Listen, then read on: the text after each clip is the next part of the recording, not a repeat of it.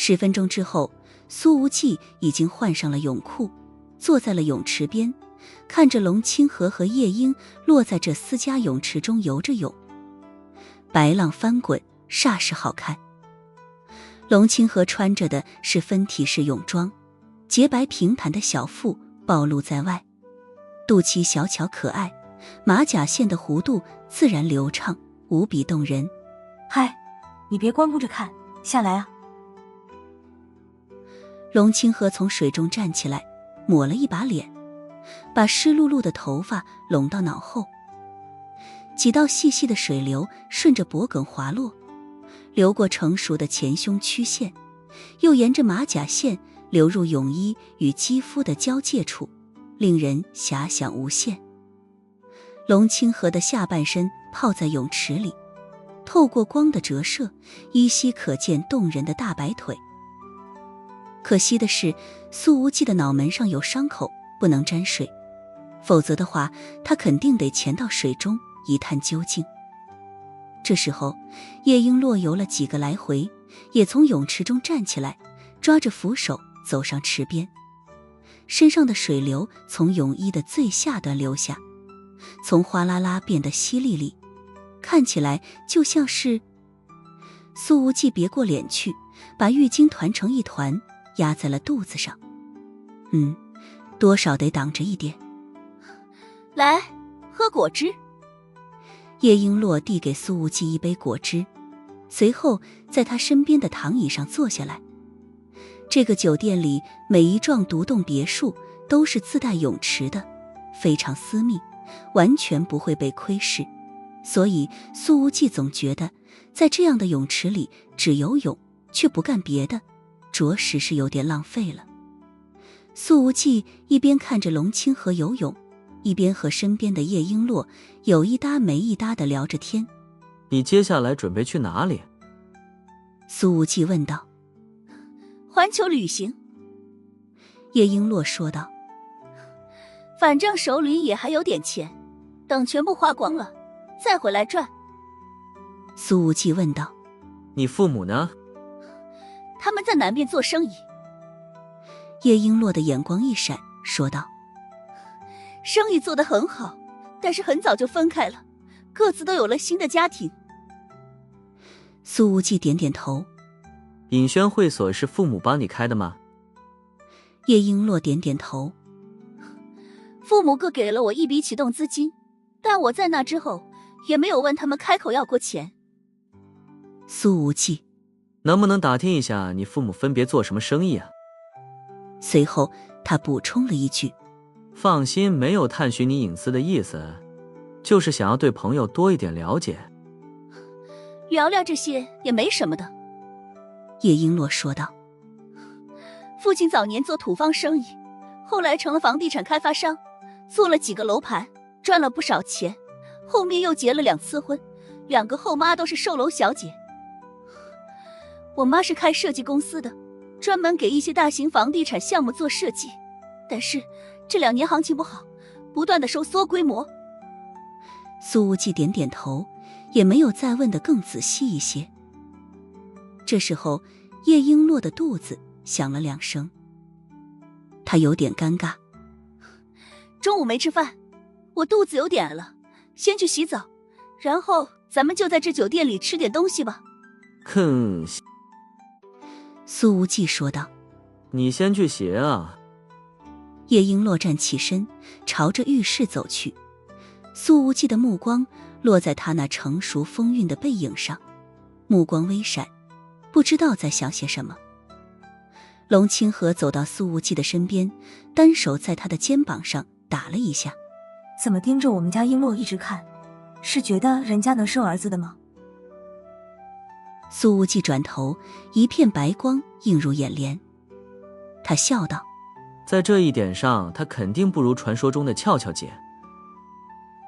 龙清河单膝跪在苏无忌的躺椅上，凑近了说道。我跟你说，璎珞可是我的好闺蜜，你对柔姐下了手，不能再对她下手了。苏无忌看着这一张近在咫尺的俏脸说道。我冤枉死了，我什么时候对童幽柔下手呢？龙清河轻轻撅了撅嘴，麦克斯韦的代言都被你拿下来了。我很了解柔姐，她是个知恩图报的人，你对她的好一定会收到回报的。苏无忌往后缩了缩，别凑那么近，你的处境会很危险的。龙清河的笑容中多了些许戏谑的意味，双手撑着长椅边缘，变成了半跪半趴的姿势。我看，危险的是你吧？然而苏无忌却猛然一拉龙清河的手腕，后者立刻失去平衡，摔倒在了苏无忌的身上。那软柔的身子撞在了苏无忌的肌肉上，引得一阵当慌。哎呀，你……龙清河玩火把自己玩进去了，立刻想要起身，然而苏无忌的手臂却把他的后腰紧紧箍住。龙清河挣扎了几下，根本起不来，反而这动作看起来像极了磨来蹭去的调情。呵呵，龙大主持人，你是不是忘记了我苏无忌在林州的名声是怎么样的了？苏无忌冷笑着说道。你别挣扎了，不然我可不保证我能干出什么来。不得不说，龙清河挣扎的这几下，让苏小处差点火山喷发。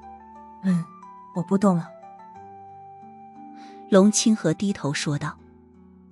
他在这一瞬间居然一下子乖巧了下来，只是他的俏脸血红血红，就连那晶莹的耳根都透着浓郁的粉色。刚刚那几下，要不是两人之间还有泳衣相隔，算了，你洗澡去吧。苏无忌一把推开了龙清河，后者一下子跌在了泳池旁边，暧昧旖旎的氛围被破坏殆尽。龙清河没好气地喊道：苏无忌，你就不能怜香惜玉一点？我的尾椎骨都要摔裂了。苏无忌没搭理他，弯着腰捂着肚子跳进了泳池里。他也不怕脑袋上的伤口会不会发炎了，整个人都没入水中，不再出来。龙清河看着此景，反应过来了，轻轻一笑：蹭了几下就受不了了，苏老板好像真的是个小处呢。说这话的时候，他似乎忘记了自己刚刚的表现，也没比苏无忌强出多少来。等到两女洗完了澡，穿着浴袍走出来，服务生已经把餐车推到了门口。有钱真好，都不用跑去餐厅吃饭。苏无忌说道。他冲澡的速度很快，1分钟就搞定了。现在也穿着浴袍执事，三人都这么穿，的确很容易让服务生误会。叶璎珞不缺钱，点了一大桌精致的菜肴。2个服务生把餐盘全部摆好之后，又深深地看了苏无忌一眼，才鞠了一躬，转身离开。苏无忌说道：这俩人的眼神好像很羡慕我。叶璎珞看了看3个人的穿着，轻轻咳嗽了一声：他们可能是想偏了，误解了我们之间的关系。嗨，什么误解，早晚的事儿。苏无忌一挥手，龙清河踩了他一脚：别乱开玩笑，当心璎珞下次不跟你玩了。叶璎珞看了一眼苏无忌，目光之中隐藏的意味难以捉摸。清河，没关系的，都是成年人了，这点玩笑还是开得起的。而那2个服务生推着餐车走到了主楼入口，一个男人叫住了他们：给你们的小费。他把一沓钱塞进了2个服务生的口袋，看着厚度，每人起码5000以上。房间里面什么情况？这个中年男人问道。1男2女都穿着浴袍，3个人好像刚刚一起洗完澡。服务生说道。原来这2个服务生在推着餐车进房之前，这个男人便已经找到了他们，让他们帮忙看一看现场的情况。我知道了。这中年男人说道：“今天的事情绝对不可以说出去，记住了。”那服务生拍了拍口袋里的钱，笑道：“放心吧，先生，这比我们1个月工资都多了。”这中年男人在叶璎珞别墅的斜对面也开了一间房，看似在院子里泡着茶，实则目光一直盯着这边地的情况。然而一直等到了半夜12点，那个男人都还没走，客厅里的灯一直亮着。需要做这么久呢？这男人的声音冷冷。深田将军的女儿也堕落了。他实在按捺不住了，打开行李箱，把一把匕首扣在手中，走出了房门。这个中年男人没有敲门，而是直接翻进了院墙。他的动作极为轻盈，脚步落在草坪上，都没有发出多少声音。客厅的窗帘并未拉上，于是这中年男人赫然看到客厅里的一男两女，居然在打牌。这次轮到老子抢地主了。苏无忌对龙清河笑道：“看我怎么把你这女地主打趴下。”叶璎珞果然成熟，什么都懂，他顺口开了句玩笑：“不用你打，清河也可以主动趴下。”苏无忌没接话，眼神的余光往外瞥了一下，唇角勾起，似笑非笑。这时候龙清河忽然跳了起来，明显被吓了一跳，而叶璎珞的身形也是陡然绷紧。这两个女人都面带惊惶地看向院门。院子的玻璃门已经被拉开了，一个身穿黑衣戴着黑色口罩的男人就站在门框里。“你是谁？”龙清河往后退了几步，问道。叶璎珞抿着嘴盯着对方，没说话，但是他的眼神里隐藏着强烈的意外与震惊。那黑衣男人进来之后都没有看龙清河，目光第一时间落在了叶璎珞身上。“你们听话点，还能活下去。”这个中年男人冷笑着，手持匕首，忽然间捅向叶璎珞。叶璎珞的手里早就抓着椅子腿了，看到对方过来，第一时间把椅子扔了过去。然而这对于那个黑衣男人来说没有形成任何的伤害，对方甚至还伸出了左手，轻轻松松地抓住了那把椅子。刚刚那个捅人的动作完全是吓唬人。他狞笑道：“我要钱，不要命。只要你们3个人乖乖配合，把身上的钱都交出来，倒也死不了。”苏无忌手中的牌都没有放下，他淡淡说道：“现在才过来，特意等你那么久，老子都要犯困了。你们这些东洋间谍未免有点太磨蹭了。”说着，他的手腕一抖，那一把扑克牌仿若天女散花，直接旋转着切进了这个中年男人的四肢。此刻苏无忌随手甩出的那些纸质扑克牌显得锋利之极，犹如飞镖扑杀而去。那蒙面男人的手腕、肘弯、膝盖、脚踝全部中招，被扑克牌毫无花哨地切了进去。啊！这个蒙面男人倒在地上，低低痛呼了起来。他的四肢关节处尽数被切出了血口子，现在完全不听使唤了。苏无忌直接扯下了自己身上的浴袍，丢在他身边的地上，用脚踩着，擦了擦地上的血迹。他的浴袍里面穿着的就是正常的衣服，并不是只有一件小裤衩。这一瞬间，叶璎珞的表情涌现出了一抹复杂。苏无忌从头到尾都是有备而来，什么游泳，什么打牌，都只不过是幌子罢了。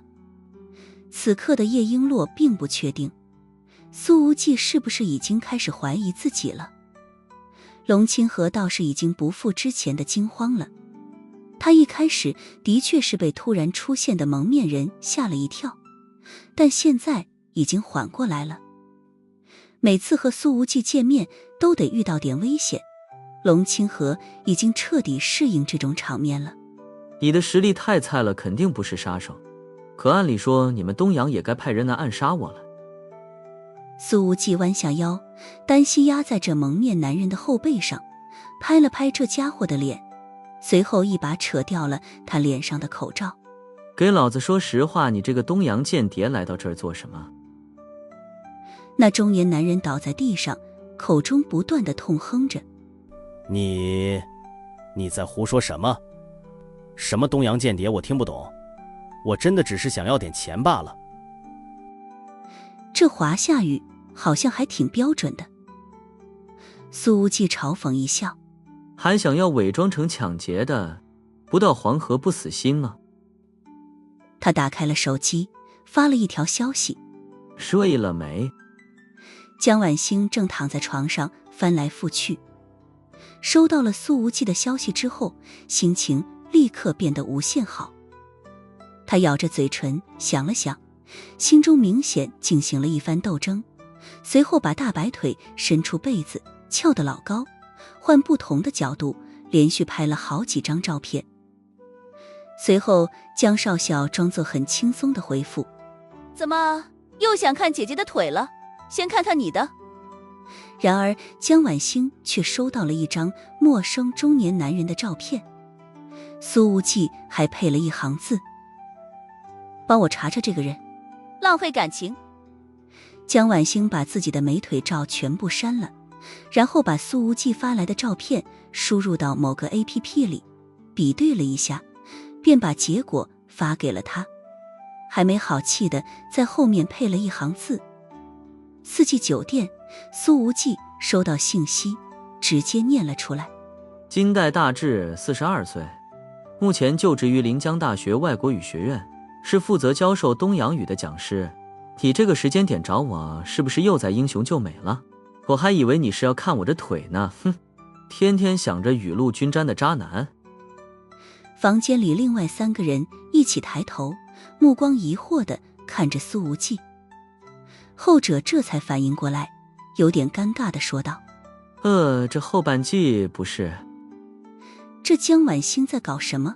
发信息也不知道分个段，提前用个句号也行啊。龙清河忍俊不禁，听到苏无忌都报出了自己的名字和在华履历，金代大志的眼睛里一片平静。是的，这就是我的名字，但我只是一名普通的东洋公民，并不是什么间谍。对了，我还是临江大学重点引进的外籍人才，你这么伤害我，林大校方不会放过你的。傻亲。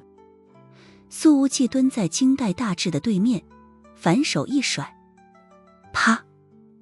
金代大志被这一耳光打得滚了一圈，他的面颊迅速红肿，耳朵嗡嗡直响。那你说说，你一个高级知识分子，跨国引进的人才，为什么翻墙进来抢劫？苏无忌说道。他的微笑看起来春风和煦，可是落在金代大志的眼睛里，却犹如魔鬼催命一般。他的脑子飞速转动，想要想出一个合乎逻辑的答案来，可是根本找不到。金代大志扫了那2个女人一眼，目光似乎和某人完成了对视，于是喊道：我是在前台办理入住的时候，看到住在这个房间里的女人漂亮，才见色起意，想要半夜下手，可以了吗？苏无忌哈哈一笑，随后站起来，走到了龙清河和叶璎珞的身边，伸出双手，左右各搂住了他们的肩膀。龙清河面带微笑，叶璎珞没有表情。来，你说说你当时看上的是哪一个？苏无忌冷笑道：千万别告诉我你2个都看上了。金代大志的目光从叶璎珞和龙清河的脸上来回扫过，说道：她们确实很漂亮，我很想同时占有这2个女人。好家伙，我都没想过的事情被你想了。苏无忌呵呵一笑，又抽了金代大志一耳光。编出这么个理由来，不怕我奸了你？金代大志的眼神没有任何躲闪，他忍着疼道：我没有撒谎，如果你非要因此而阉了我，我也没办法。苏无忌咧嘴一笑：哇哦，究竟是什么原因，让你宁愿被阉掉也要掩盖要来杀我的真相？叶璎珞的身体随之一崩，金代大志的身体一颤：我不是来杀你的，我没有掩盖任何真相，你不能污蔑我。行吧，那我就来拆穿你的谎言。苏无忌微笑地看了看手机上收到的消息，随后说道：你的房间是晚上7点钟才开的，从下午5点钟到现在，我一直和他们2人待在一起，他们连门都没出。你告诉我，你是在办理入住的时候见到了他们中的某一人？金代大志的表情一滞，他的目光不由自主地再度看向苏无忌的后方。此时这金代大志并不知道，此时四季酒店的系统已经被入侵，苏无忌收到了所有入住的数据。我想如果东洋方面盯上我了，那么派来的肯定是高级杀手，而不是你这个身手普通的间谍。苏无忌说道：再给你个机会，你主动说出自己是来做什么的，说不定还能少受点罪。金代大志闻言低吼道：我是忍者，出自甲斐碎风流，我就是来杀你的，你凭什么说我不是高手？说出某个真相只是为了掩盖另外一个真相，但金代大志的这句倒是实话。此刻他的心里面很憋屈，来到这儿本想跟叶璎珞接头，把另外2个华夏人直接打晕过去了事，可才刚刚进门，只不过张口吓唬了一句，自己便被一堆扑克牌打得四肢尽废。在这个年轻男人面前，身为下人的自己根本没有半点还手之力。哇哦，终于愿意说了。苏无忌说道：我本不想交代。金代大志低吼道：都是你在用言语激怒我，在用殴打侮辱我。苏无忌淡淡一笑：别再给自己找理由了，你不是没脑子的人，所以刚刚前后2句的态度突变，到底是为了掩盖什么？金代大志的眼睛一瞪，面前这家伙居然觉察到了这个细节，他的脑子究竟是怎么长的？叶璎珞的眸光微凝，一颗心往下沉去，手心在不断往外沁着汗水。苏无忌这看似随口的发问，明显就是提前预设了审讯的陷阱。金代大志从回答第1句开始，就已经掉进陷阱里去了，说得越多，暴露的越多，也就陷得越深。尤其是苏无忌那句你宁愿被阉掉也要掩盖要来杀我的真相，更是在故意暗示金代大志牵着他的鼻子走。叶璎珞一开始还没反应过来，现在仔细回想苏无忌的每一句话，才更感觉到惊心动魄。好，现在我开始问最后一个问题。苏无忌面带微笑：你说你是来杀我的，那你说说我叫什么名字呀？金代大志的表情再度一致，他是真的不认得苏无忌，都是对方一直在说来杀他，才把他引导到了这个答案上。东洋有不少潜伏的特工都接到了杀我的命令，而你并不是。苏无忌抬手指了指身后：所以能不能告诉我你是为了谁来的？金代大志低吼道：你杀了我吧，我不会说的。苏无忌打了个响指：你太弱了，压根就没受过应对审讯的训练，别怪我看不起你，在这方面你根本不是我的对手。龙清河的眼睛里异彩连连，不知何时他已经很习惯这个小男人给自己带来惊艳的表现了。可是他每一次所展现出来的惊艳又是各有不同，而这些闪光点在追求自己的那些男人身上根本就没看见过。而与龙清河相对的就是叶璎珞了，他不断深呼吸着，想要用这种动作来平复紧张的心情。房间里的温度并不高，可他已经满头汗水，发丝都已经粘在了额头与鬓角。苏无忌的审讯技巧简直堪称顶级，无懈可击。他在一步步引导着金代大智，后者撒了一个谎，就要用一堆谎来圆。金代大智只感觉到屈辱无比，他吼道：杀了我，你杀了我！四肢被废，连自杀都做不到。对面这个华夏青年鬼精鬼精的，一开始用扑克牌废掉自己的所有关节，就是为了防止自己自杀。毕竟金代大智很确定，自己宁愿死也不可能出卖深田将军的女儿。他也很后悔，自己早知道一开始就闭口不言，就不至于被引导着一步步说出这么多漏洞来了。好啊，如你所愿，我现在就杀了你。苏无忌说着，伸出手来捏住了金代大智的喉咙。他的手缓缓用力，后者的呼吸越来越困难。而这时候，一道声音在苏无忌的身后响起：他是来找我的。他是来找我的。这句话出自于叶璎珞之口。龙清河瞪大了眼睛：璎珞，你在说什么呢？在苏无忌不断给金代大智挖坑的时候，龙清河压根就没想到，事情的真相居然和自己的好闺蜜有关。金代大智的眼睛里涌现出了强烈的灰败之意，他吼道：胡说，他在胡说，快杀了我，快杀了我啊！苏无忌却松开了掐住对方脖子的手，扭头看向了叶璎珞，眼神平静。你本可以不承认，然后眼睁睁地看着他死掉，这样你就不会暴露了。叶璎珞摇了摇头，看似平静的眼底似乎藏着些许的悲戚。我不会做这种事情，在我看来，人命永远比任务更重要。这观点和岳冰凌几乎是完全相反的。苏无忌很赞同这个说法，只是可惜，双方并不是处于同一个立场上。龙清河快着急死了，他抓着叶璎珞的胳膊：璎珞，你到底在说什么？什么任务啊？你为什么会和这一切有关系？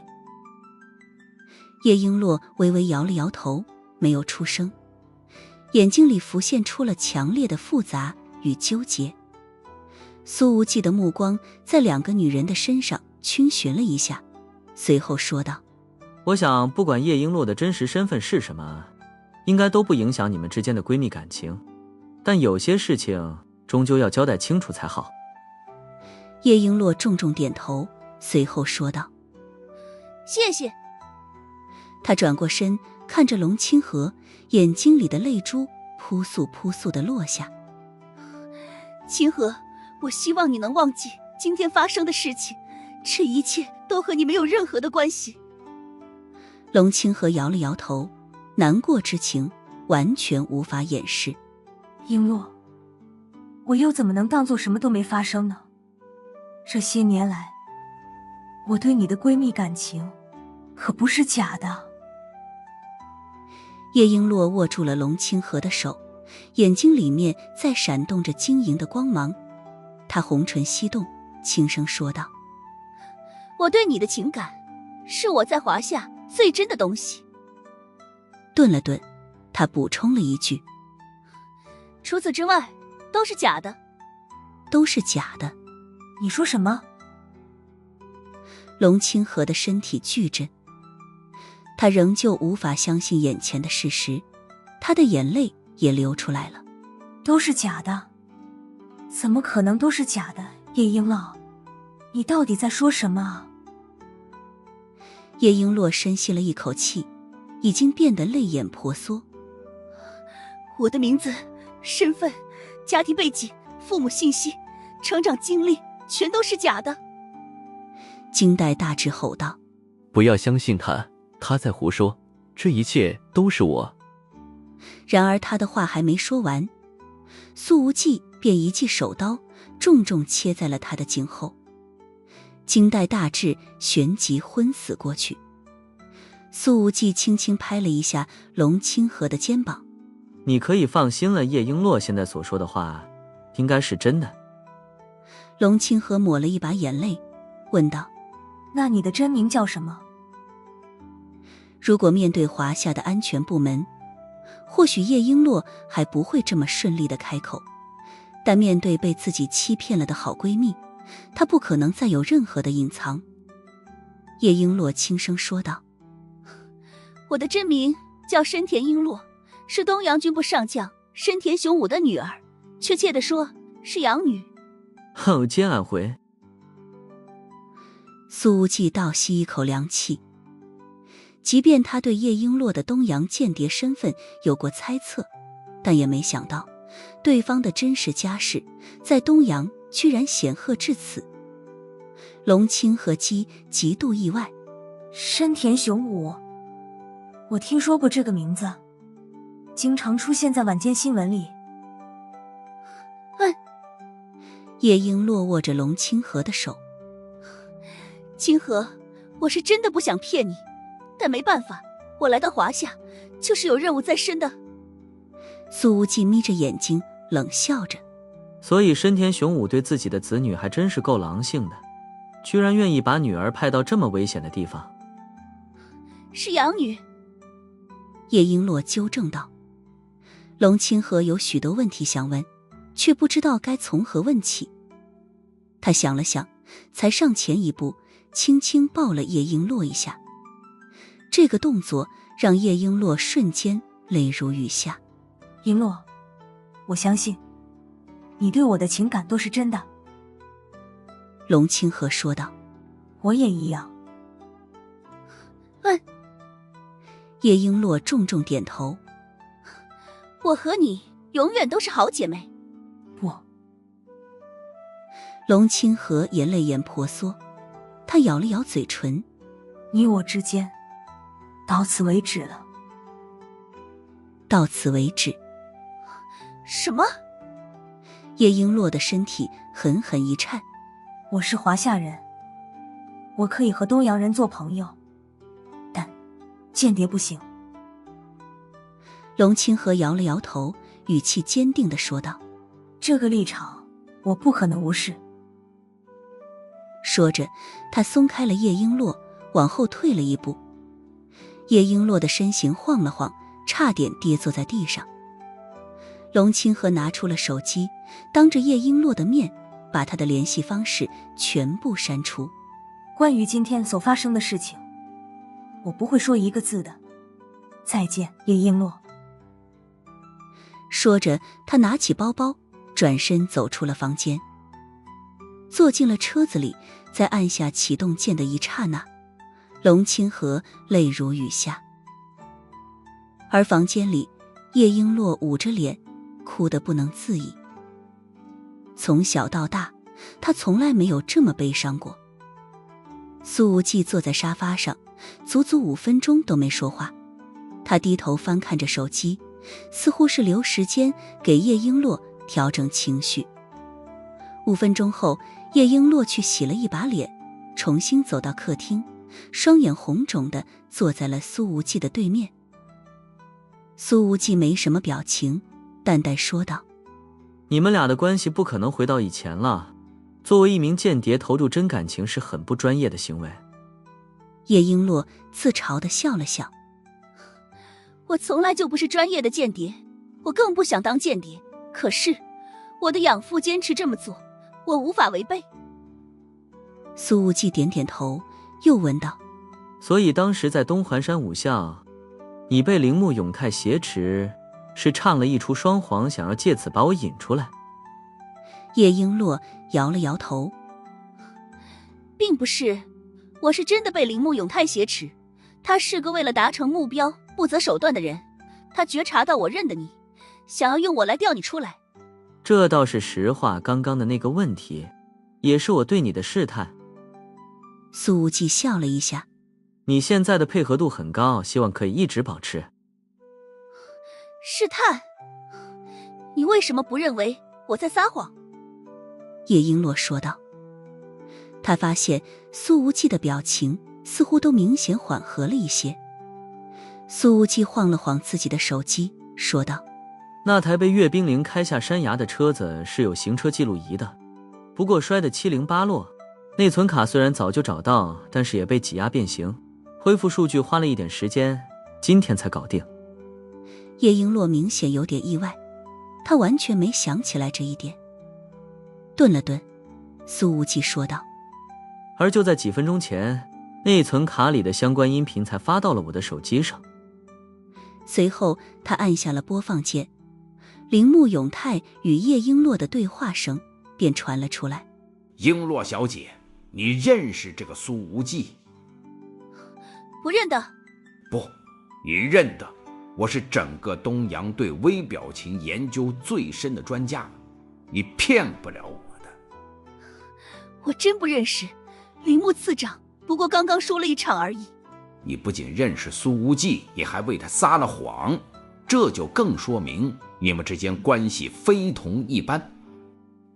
这一系列的对话声很清晰，把当时的过程完全还原了出来。叶璎珞静静地听完，并没有什么表情，随后说道：我从头到尾都没有想害你，也没想害任何人。苏无忌点了点头。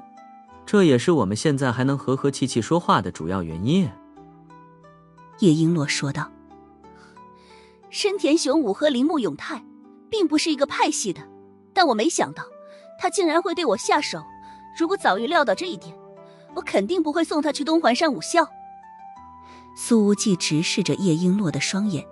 所以你确实不是专业的间谍，专业的间谍不会犯下这一系列错误。叶璎珞的眼神明显有些晦暗。但我在影轩会所里确实搜集了一些情报，并且做了很多的情报传递工作。在清河的眼中，我永远都是那个东洋间谍。苏无忌说道：知道华夏对间谍的量刑尺度吗？叶璎珞轻轻说道：我知道。他的双手交叠在一起，微微低着头，头发从侧脸垂下，看起来真的是有些可怜和孤单。苏无忌说道：刚刚那个录音一定程度上能帮到你减少一点点刑期。叶璎珞自嘲地笑了笑：无所谓的，我不在意。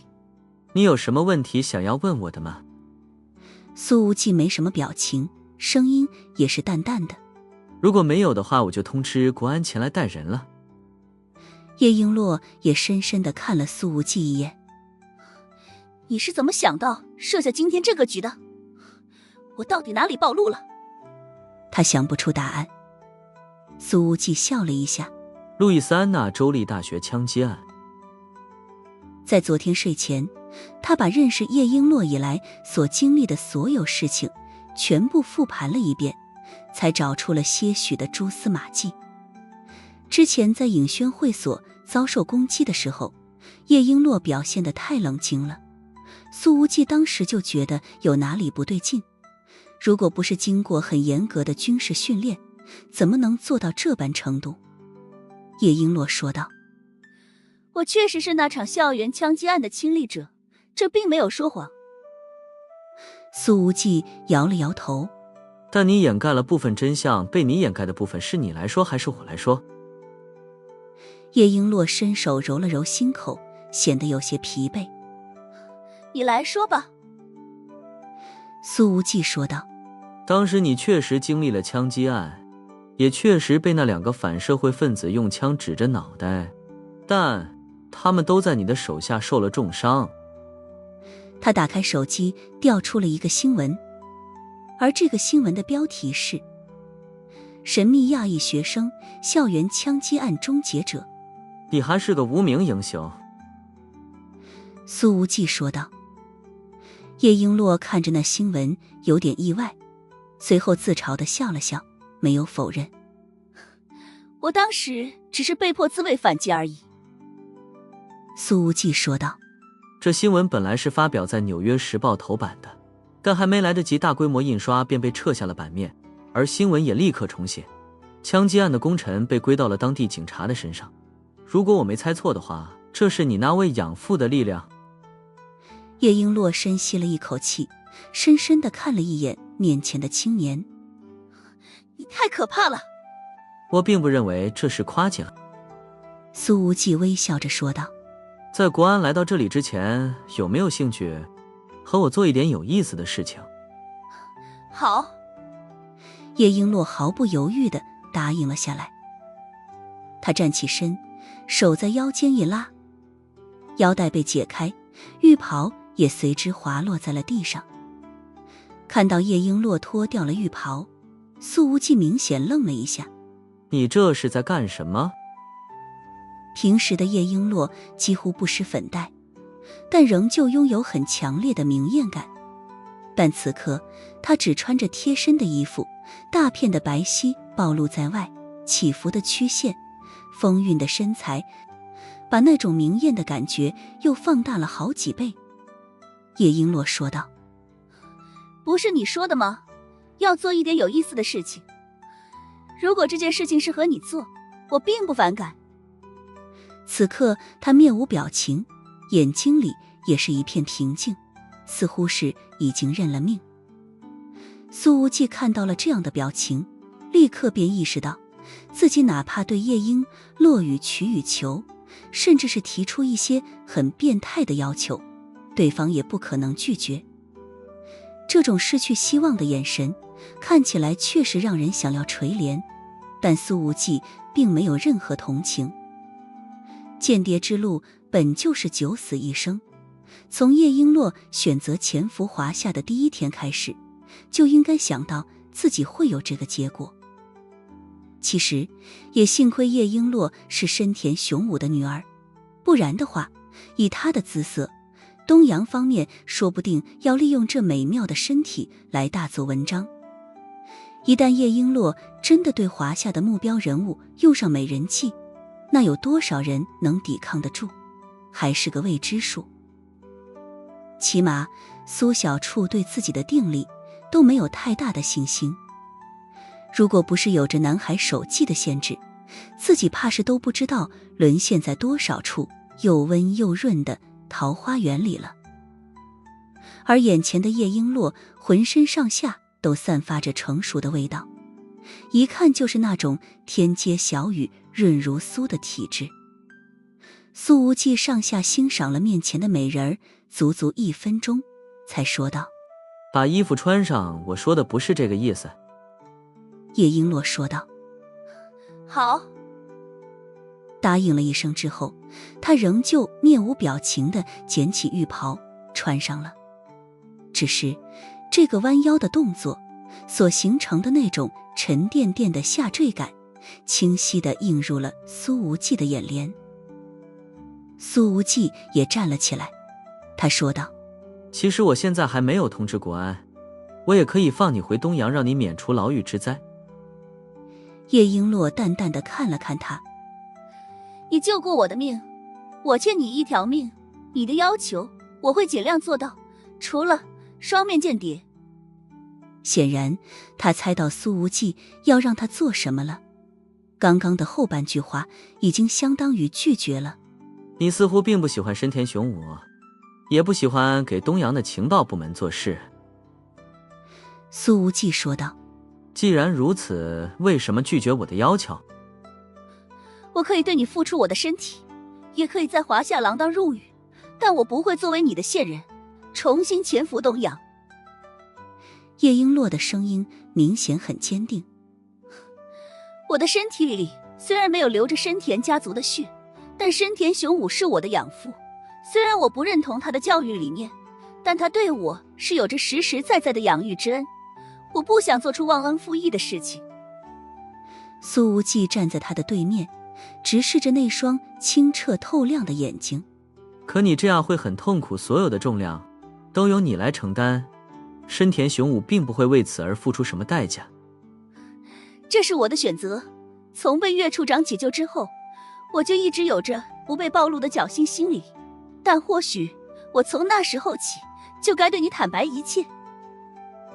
叶璎珞摇了摇头，稍稍退后一步，微微弯腰鞠了一躬。很抱歉，我骗了你，任你处置。行吧，苏无忌说道。既然如此，那我就先走了。这个金代大志我给带走了。说着，他抄起了金代大志的一条腿，拖着他朝外面走去。什么？叶璎珞明显愣住了。你怎么就这么走了？你不该把我抓起来吗？苏无忌看了看他。金代大师落网，证明你已经暴露，对于东洋的情报部门来说也没有了任何价值。可是我转移过很多情报。叶璎珞说道。这在华夏是违背法律的，我也没打算要逃走。苏无忌笑了笑。特事特办，华夏的法律在很多时候也可以很灵活。你需要我做什么？叶璎珞说道。我还是那句话，我不会成为双面间谍的。你可以继续待在这里，也可以回到东洋。苏无忌说道。只是我说不定什么时候会突然出现在你面前，反正你自由了。叶璎珞自嘲地笑了笑。我不信，这世界上哪有这种好事儿？苏无忌说道。因为你是深田雄武的女儿，他如果对华夏的歪心思没有死的话，那么你继续活着就相当于我在东洋插了个眼。叶璎珞摇头。我是不是该感谢你的直白？平心而论，我并不讨厌你各位旗主罢了。我想清河也是同样的想法。苏无忌说道。你让理解他的痛苦和决然。叶璎珞有些漠然。他明白，不讨厌归不讨厌，但以后这个青年应该也是不可能和自己成为朋友了。我也可以告诉你，为了避免被你利用，也为了弥补我心中的愧疚，我会尽量不回东洋。叶璎珞咬了咬嘴唇，说道。以这个年轻男人的智慧和手腕，只要自己回到东洋，那么绝对会在不知不觉间成为他的双面间谍。苏无忌摇头笑了一下。这可由不得你。听到这句话，叶璎珞的心猛然往下一沉。我走了。苏无忌说着，拖着金带大致出了门。叶璎珞就像是全身脱了力一样，再也支撑不住自己的身体，倒在地上，哭得不能自已。苏无忌把金带大致丢进了后备箱，自己坐上了驾驶座，掏出了手机，看着免提界面，说道：你都听到了吧？如果是我会立刻把叶璎珞抓起来。一道冰冰冷冷的声音从手机中响起，这竟是岳冰凌。苏无忌确实没有联系国安，但是却联系了调查局。你救了他，自然有权利重新抓了他。苏无忌说道。但是一个有着自由身的深田雄武女儿，远比被抓起来判刑的叶璎珞更有价值。若是在以往，岳冰凌会直接无视这条建议，但这次他没有反驳，似乎是在思考。在他以往的人生中，到处都是直来直去的道路，而苏无忌的出现却让他的人生道路多了很多的转角。几秒钟后，岳冰凌又问道：你接下来准备怎么利用叶璎珞？苏无忌摇了摇头。我还没想好，岳处长有什么好主意吗？岳冰凌冷冰冰地说道：你肯定想好了，但不愿意说，你并没有把我当成你的搭档。咱们俩确实不是搭档，但这并不是我不告诉你的原因。苏无忌说道。真相是因为这计划不够完善，缺少了一点人性。岳冰凌的声音清冷。那正好，很多人都说我不通人性。不通人性？苏无忌愣了一下，随后趴在方向盘上哈哈大笑，眼泪都笑出来了。岳冰凌的声音能冻死人。很好笑吗？苏无忌缓了一会儿，才说道：那些家伙是还没有发现你身上的可爱之处。他又一次用到了可爱这个词。电话那端的岳冰凌有点不自在，他说道：我的人在四季酒店外面的路边等你，你可以把金带大致移交过来。苏无忌开车离开了酒店，远远看到坡下的路边停着2台商务车，使劲一看，都是首都牌照。车门打开，行动处的李高乐率先走下来，笑道：苏副组长，我们又见面了。这热情显然是发自内心的。苏无忌拍了拍他的胳膊：人在后备箱里。李高乐招呼2个下属去抬人，然后看了看面前锈迹斑斑的破桑塔纳，笑道：苏副组长，你就开着车啊，也太低调了吧，和你的身家不符啊。苏无忌说道：嗨，用钱的地方太多了，我一直都是能省则省。行，苏副组长，那我们先走了，首都见。李高乐说道：你下次如果还来调查局帮忙执行任务，记得一定带上我。说话间，他还眨了一下眼睛，这个眨眼的动作好像有些八卦的味道，让苏无忌感觉到莫名其妙。他流露出询问的眼神，然而李高乐又嘿嘿一笑，眨了眨眼：你眼睛里进沙子了。苏无忌没好气地笑了笑，随后捶了李高乐的胸口一下，露出了男人都懂的笑容。难得来到林州，别着急走，带你们好好玩一玩。李高乐的表情明显颇为异动，但又有些为难。几个行动组员把金带大致抬上了车，随后都围在了苏无忌的身边，明显都不太舍得走。哥几个这次难得来到灵州，要不要喝顿酒？苏无忌搂着几人的肩膀，笑眯眯地说道：就去我的酒吧，那里可是灵州美女的聚集地，穿着包臀裙的小浪蹄子数都数不过来。几个人的眼睛都亮了。苏无忌看到几人的表情，说道：还愣着干什么？咱们走啊！我给哥几个一人找俩左拥右抱，嗨到天亮。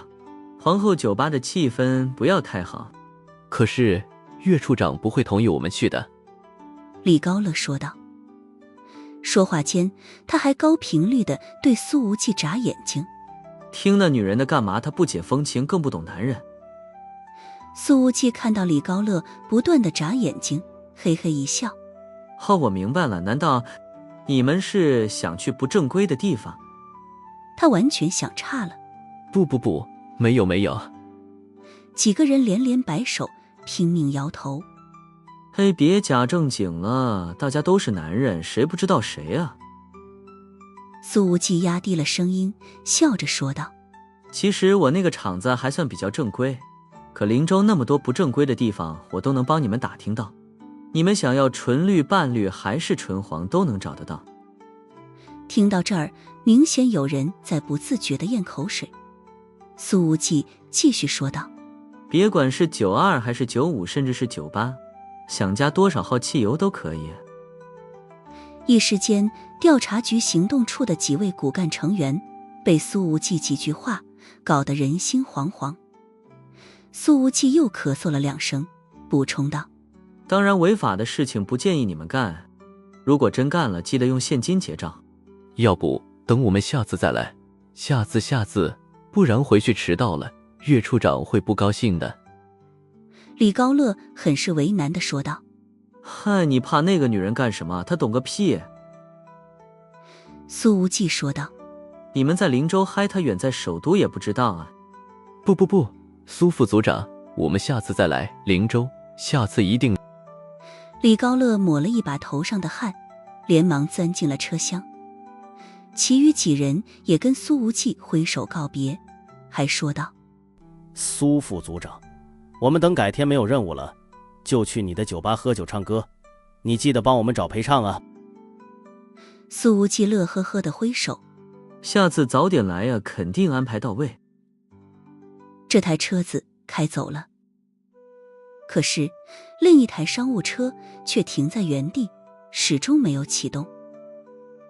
苏无忌正想上前看看怎么回事，结果商务车的电动门打开了，一道清清冷冷的声音响起来：苏副组长，你也带我去玩玩。听到了这冰冰冷冷的声音，苏无忌顿时一个头两个大。他总算是明白刚刚李高乐为什么拼命眨眼睛了。岳处长，您老人家不在手都好好养伤，怎么大老远的跑到灵州来听墙根呢？苏无忌的表情简直比哭还难看。这女人的手脚上还有石膏固定呢，脸色还明显有些苍白和疲惫。之前不是说等伤好了再来吗？能不能不要那么拼命？我得知了苏副组长抓捕东洋间谍的计划，想近距离跟你学习一下，怎么样能让自己的行事方式变得更灵活。岳冰凌没什么表情地说道。没想到还学到了一些新知识，见识到了苏副组长的另一面。苏无忌摇了摇头，笑了笑，都是招待客人的客套话罢了，岳处长不能当真。岳冰凌，我也是客人，苏副组长怎么不招待我呢？苏无忌咧嘴一笑，好啊，我好好招待岳处长，看看您是想要纯绿半绿还是泰式柔式，我都能给您安排了。泰式我知道，柔式是什么？岳冰凌很认真地问道。苏无忌看了他一眼，居然从那双眸子里发现了求知欲。他憋了半天，艰难地回答道：就是技师的手法比较轻柔，具体来说就是轻拢慢捻抹复挑。这商务车的司机趴在方向盘上，憋笑憋得直哆嗦。岳冰凌，那这柔式很适合我，我确实不太受力。他感觉自己给自己挖了个坑。如果岳冰凌真的要去体验一下这柔式该怎么办，自己真的带他去。我想先去皇后酒吧看一看。岳冰凌抬眼看向苏无忌，可以吗？苏无忌多少有点为难。这也不是不行。平心而论，岳冰凌的颜值，即便放在美女如云的皇后酒吧里，也是那种一眼能看到的类型。可是她这手脚还打着石膏呢，坐着轮椅去酒吧，可一下子就成了焦点了。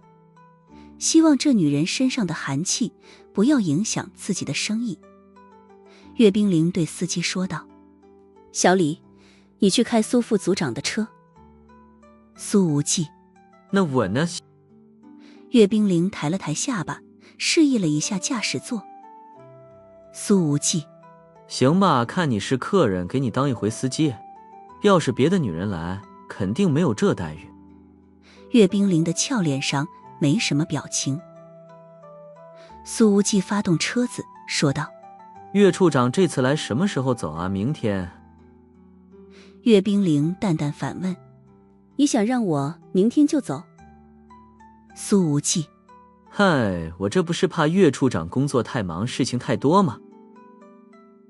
岳冰凌面无表情地说道：调查局已经正式对魏家和林家展开调查，督察组进驻首都金融监管局，我的电话都被打爆了，出来清静2天。这前2句话无疑意味着首都发生了一场规模不小的地震，后2句话则是说明岳冰凌真的发生了些许改变。要是放在以往，他哪怕是带伤上阵，也会正面硬刚，毫不退让。苏无忌说道：所以您老人家归期未定，这得在灵州住多久啊？岳冰凌没理他。要我帮忙找住的地方吗？苏无忌说道：其实这4季酒店就不错，僻静适合疗养。这句话倒是让岳冰凌有些许意外。我还以为你恨不得赶我走。他说道。没必要说实话，从你站出来主动对那2家开启调查，你就是我的朋友了。苏无忌笑道。撩妹必备技能之随口扯淡，朋友。岳冰凌抿了抿嘴，淡淡回应，我不是为了你，而是为了清理首都的乱象，那些见不得光的利益链条早就该被斩断了。苏无忌咧嘴一笑，别否认了，你就是为了我。他随后说道，四季酒店太贵了，靠我的工资住不起。你们家还缺钱啊？苏无忌乐了。只要你把名头亮出来，抢着给你买单的人能从灵州排到宁海去。我如果这么做了，会被我爸逐出家门的。岳冰凌说道。你那里有客房吗？有客房还不够，不得找个保姆照顾你。苏无忌从后视镜里看了看岳冰凌，问道，你现在这状态，生活都不能自理吧？要不我亲自来照顾你的吃喝拉撒？我已经让家里的保姆坐明天一早的高铁来了。岳冰凌的俏脸上仍旧没什么表情。我在灵州市中心有一套单人公寓，你可以先住着。苏无忌道。至于我平时就睡酒吧楼上，条件比较简陋，不适合你。那我也住酒吧。岳冰凌说道。这样可以离你近一点。苏无忌猛地一刹车，他扭头看向岳冰凌，眼睛里带着惊恐。你在说啥？你要追我？岳冰凌于是重复了一遍。我想过了，我如果要改变我的行事方式，只有靠你近一点，每天观察你的言行举止，一举一动。苏无忌听了，略有为难地说道。岳处长，你这么做会不会矫枉过正？咱们孤男寡女的天天待在一起，会传绯闻呢。岳冰凌淡淡道。我不在意绯闻。苏无忌。可我有很多女性朋友，我怕他们会误会。岳冰凌。你刚刚说了，和我也是朋友。苏无忌重重一踩油门，硬着头皮说道。好，咱俩是朋友。岳冰凌的声音却稍稍低了一些。在此之前，我还没有过朋友。苏无忌那握着方向盘的手微微一抖，却没有多说什么。回到了皇后酒吧，已经是夜里2点钟了。苏无忌从后备箱里取下轮椅，推着岳冰凌走了进去。王大洲看着老板推了个短发高冷的漂亮姑娘过来，立刻带着安保队员们齐齐90度鞠躬。他还恭恭敬敬地喊了一声：“老板娘好。”嘿。苏无忌的嘴角抽了抽。王大洲，你乱喊什么？谁教你的？王大洲立正喊道：“报告老板，是我师傅教的。师傅让我在穆小姐和江少校不在的时候，见到岳小姐要喊老板娘。再特么乱喊就扣你工资。”苏无忌：“你怎么会认得岳冰凌啊？”王大洲说道：“师傅说了，岳小姐很漂亮，短发高冷，坐着轮椅，手脚残疾。”苏无忌恼火地喊道：“王大洲，你和你师傅下个月的工资都别想要了。”岳冰凌没什么表情，也没吭声，不知道他是个什么心情。苏无忌推着他进入了酒吧，那爆炸般的声音瞬间充斥了整个耳道。岳冰凌明显很不适应这样的环境，他用还能动的那只手堵住了耳朵。这里的声音太大了，我想离开这儿。然而此时正是舞曲最嗨的时候，即便他喊出了最大嗓门，苏无忌也只能看到他的口型，完全听不见声音。来了就想走，哪有这么好的事情？苏无忌乐了，推着岳冰凌直接挤开人群，朝着舞池中央挪了过去。平时可没人坐着轮椅来酒吧，所以此刻的岳冰凌无比吸睛。无论他们走到哪里，哪里都爆发出欢呼声和掌声。这搞得岳冰凌无地自容。可惜他现在脚踝骨裂，行动不便，不然真的想捂脸逃走。他以前面对那些凶神恶煞的残忍敌人，都没有想过要临阵退缩。快让我离开，快点！岳冰凌满脸涨红地喊道。可是他的声音被现场的音乐声完全盖过去了。苏无忌把轮椅推到了舞池中央，开始双手挥舞着蹦跳起来。开心一些，他喊着。岳冰凌听不见，但是却能看懂苏无忌的口型。一大群人都聚拢了上来，围着轮椅转着圈儿，又蹦又跳，每个人的脸上都是热情洋溢。岳冰凌平日里面对的大部分都是冷意与敌意，从来不曾感受过那么多人的欢迎。哪怕他的性子如冰山一样，根本不在乎其他人的眼光，但此刻也是尴尬的想一头撞死。岳冰凌用一只脚站起来，想要单腿跳着跑开，却被苏无忌一把按了回去。后者凑到了他的耳边喊道：既然来了，就好好感受你跑不掉的。由于音乐声太大，想要让对方听见声音，就必须嘴巴贴着耳朵。这让岳冰凌感觉到有点不习惯，那种软麻痒酥的接触感让他不自觉地缩了一下脖子。随后苏无忌喊道：抓紧了！啊！岳冰凌还不知道苏无忌要干什么的时候，就看到他忽然弯下了腰，把轮椅直接举过了头顶。啊！平时泰山崩于前都面不改色的岳处长都忍不住地惊呼了一声。他此刻单手紧紧抓着轮椅扶手，身体紧紧贴住靠背，大脑一片空白，整个人都陷入了不知所措的状态里了。可这时候，随着苏无忌的动作，现场的气氛达到了最高潮。周围的人都涌过来，很多只手臂都伸向空中，一起托举住了轮椅，稳稳当当。欢呼声几乎掀翻了皇后酒吧的屋顶。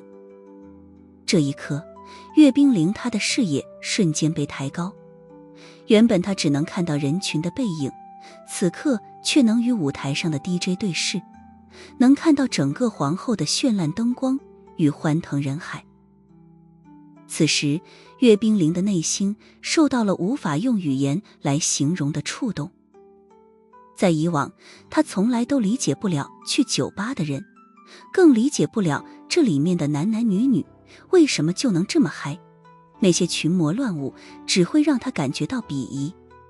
然而此刻从来不理解甚至鄙视酒吧男女的岳冰凌，忽然眼眶微热，有股莫名想哭的冲动。他被人们高高举起，被周围的善意与热情包裹，那些来自于陌生人的鼓励与欢呼，每一声都重重敲在他的心上。平时岳冰凌总是孤身一人前行，横眉冷对千夫指，无惧亦无畏。没有人知道他也会疲惫，也会在夜深人静的时候轻轻叹息。而此刻，这些素不相识的人们将岳冰凌托举起来，让他的心中充满了前所未有的温暖与力量。苏无忌呢？岳冰凌四下看了看，却没找到那个熟悉的身影。可紧接着，一个青年跳上了舞台，他一把抢过了美女 DJ 的话筒，喊道：今天我的一位新朋友来到了皇后酒吧，我想送给他一首歌，祝你天天开心。岳小姐。祝你天天开心，岳小姐。当听到这句话的时候，岳冰凌的眼光不受控制的一凝，随后这凝结的眼光便如春寒料峭时节的湖冰一般，在暖流的蔓延之下迅速化开。